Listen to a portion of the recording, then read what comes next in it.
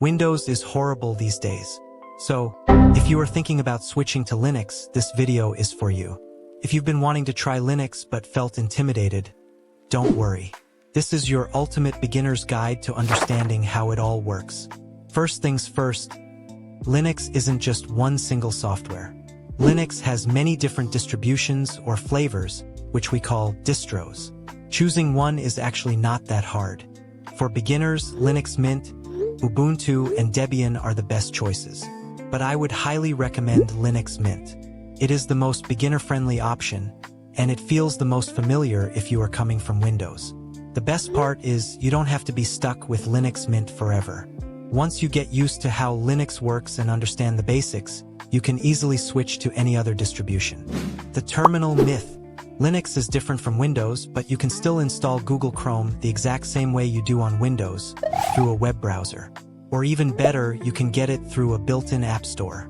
Most people think that to use Linux, you have to learn the terminal and type lines of code all day. They are completely wrong.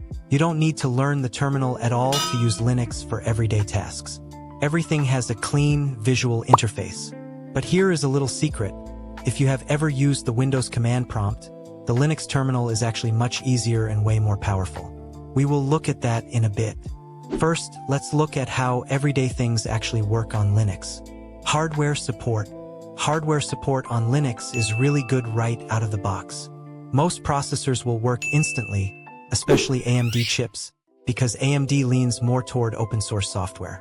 Almost all AMD graphics cards will also work out of the box without you needing to hunt down drivers. Now, you might face some issues with NVIDIA graphics cards. So, if you have one, just do a quick search about the support status for your specific hardware model before installing. Wi-Fi cards are a similar story. Most of them will work instantly, but again, it never hurts to check online first. Installing apps.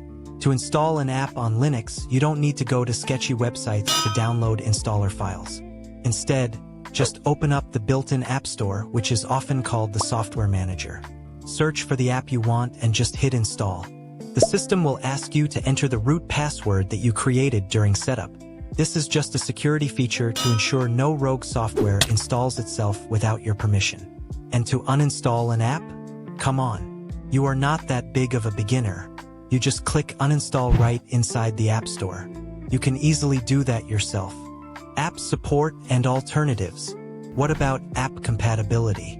If you rely on apps that are not natively available on Linux, like Microsoft Office or Adobe Photoshop, don't panic.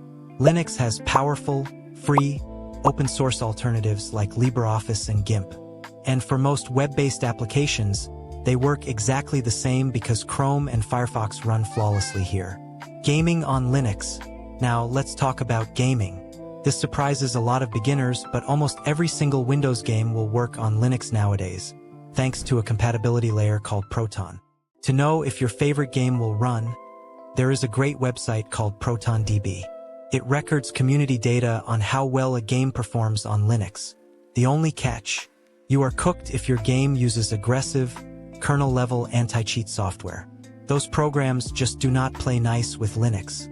But massive single-player games like Cyberpunk or Elden Ring, they run beautifully.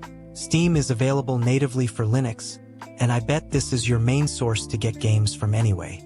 Steam actually focuses heavily on Linux nowadays because of their Steam Deck console. So you won't have any problem installing a game. Whether that game works perfectly or not just depends on its anti-cheat system. Updating your system.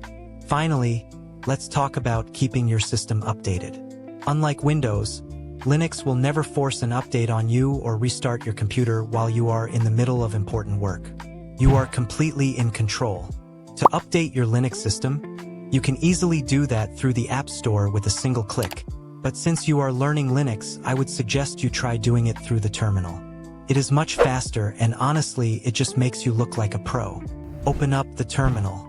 Assuming you went with Linux Mint, Ubuntu, or Debian, type this command, sudo apt update, and then type sudo apt upgrade, and hit enter. It will ask you for your root password. Type it in, but keep in mind, you won't see any letters or dots appearing on the screen as you type. This is a built-in security feature, so just trust it and hit enter. Then it will ask you for a quick confirmation. Press Y to continue or N to cancel. Here is a quick pro tip. If you want to skip that confirmation prompt entirely next time, just add a -Y at the very end of your upgrade command. It is just faster through the terminal, and once you try it, you will probably prefer doing it that way too. See? Linux isn't some scary hacker operating system. It is just a clean, fast, and user-friendly alternative to Windows. If you are ready to make the jump, let me know in the comments below which distribution you are going to try first.